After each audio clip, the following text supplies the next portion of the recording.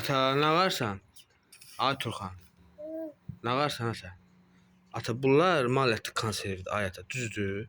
Düzdürmü? Bax sən bunları axı yeyə bilmirsən, sənin hələ dişlərin yoxdur. Düzdür ata? Düzdürmü? Bunu sən yeyəməyəsən axı ata. Bax sənin dişin yoxdur. Bu maliyyətidir. Hələ tezdir. Sağ hələ deyən görüm sən hanı yeməyi. Bax sənin yeməyin deyir, bax budur bax. Hələ sən bunu qucaqla. Sayın değil. Bu Ayxanınkidir. Ayxan bu səninkidir. Ben verdilerdi. Sayın canım. Sən bundan bəs yap. Dayalı. Bakın. Bakın. Buna bakın. Ay ne. Düz oldu indi. Bu səninkilər. Düzdür bu səninkilər. Bunlar benim. Hər öz malın qoysun yanında. Ay Bunlar sağ ol. benim. O da öz balı. Bərk qucaqla, bərk qucaqla.